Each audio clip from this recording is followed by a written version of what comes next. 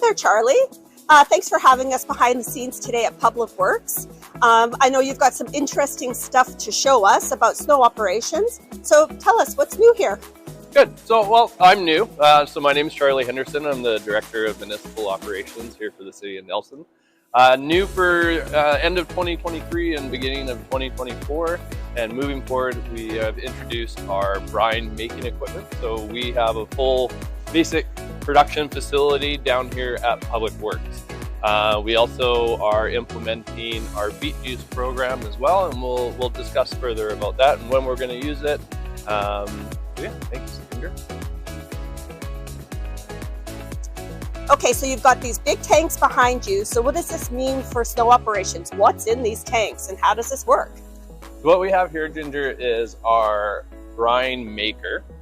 So here is our hopper. We dump salt right into the top here. And then it makes our solution. We make 5,000 liters at a time, and that is then stored in our batch tank. Once that is made, we transfer that to our larger tank, which we can store up to roughly about 15,000 liters. So we make our brine solution to 23.6%, and we have a whole testing parameters for that. With that, we will load it into our brine application unit, which is our hook truck. So you'll see a spray bar kind of on a tandem truck. And then our brine route is basically our priority 1 route. So we will put down roughly 7,000 liters for our priority 1 route. And we're gonna do this during our pre-treatment. So when we are looking at our weather forecast, we're looking at our temperatures, we're also looking at our road temperatures. Those are very, very key to when we put our brine out. So -6 and warming is when we're going to put our brine application out before a storm. And what that's gonna do is it's gonna break the bond of compact. So we are trying to lessen the compact sticking to that roadway. So that is our pre-treatment. This will allow our plow operators to move the snow off the road, breaking that bond faster than what was done previously. So once we have done that, we will actively plow, get all the snow off the road during those snowstorms. And then at the very end of the snowstorm, we might do another brine application just to get rid of any freeze back or ice that may have accumulated. Okay, so you mentioned beet juice as well, Charlie. Now we're looking at the biggest tank of the bunch, and I know there's beet juice in there, so tell us more about that. So what we have here, this is 22,000 liters of beet juice. So what beet juice is it's made from beets and it has a lower freezing point.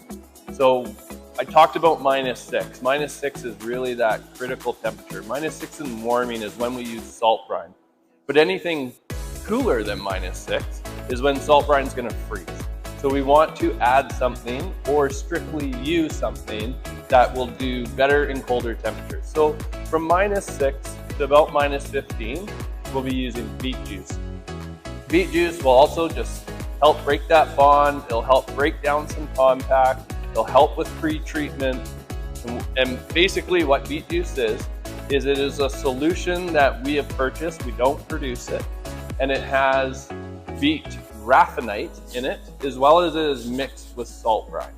So with this, if we say have a temperature of -8 or -9 road temperature, then we're gonna start mixing in our beet juice with our self-produced salt brine. Okay, so you mentioned road temperature. That's what you're keeping an eye on, not the ambient temperature in the air? Yeah, it's a great question. It is all about road temperature. So we might have a freeze of say -25 and our road temperatures are going to be freezing cold. And if we then have a warming trend to -2 and our road temperatures are still at -12, we're going to be using beet juice only. And I'm sorry, Charlie, will I be able to see the beet juice on the road? Yes, you will. So beet juice is going to have that kind of deeper red color, but it all depends on the solution that we're using because we may be mixing this with our salt brine as well. But you will see a darker color on the roadway when we are using beet juice. Great, thanks so much. Okay, Charlie, we're out in the yard now and all the equipment is here and the loaders and such. Can you explain to the public what is going to happen in the downtown core? What can residents and businesses expect for winter operations going forward? Yeah, thanks, Ginger. So we started a program last year, and we're going to continue it moving forward. And what the crews are doing is they're not plowing to the curb. What they're doing is they're pulling the snow away from the curb line, and then they are piling it in the highly sought after parking stall. Okay, so little pain for a lot of gain is what you're saying. Yeah, we'll be removing those piles as soon as we are caught up on our priorities. We'll be loading those out. We'll be transferring it to our snow dump. We do ask for, business owners, public, just a little bit of patience, especially during those big snowfalls. Great, thanks so much.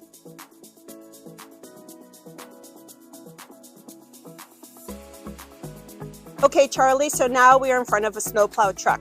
So this makes me think, what happens if there's a big snowfall?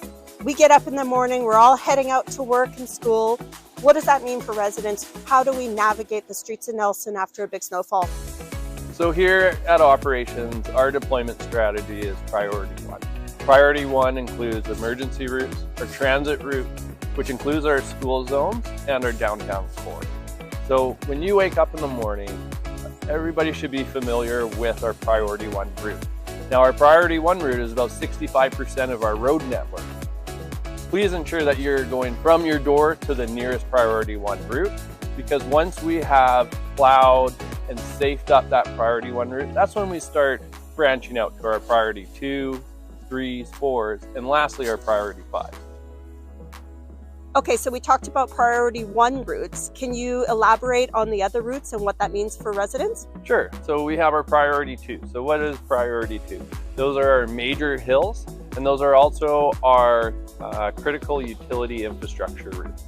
From there, we move into our priority 3, and priority 3 is basically all the cross streets. So those are the low volume residential areas. From priority 3, we move to priority 4, which is basically our dead end roads.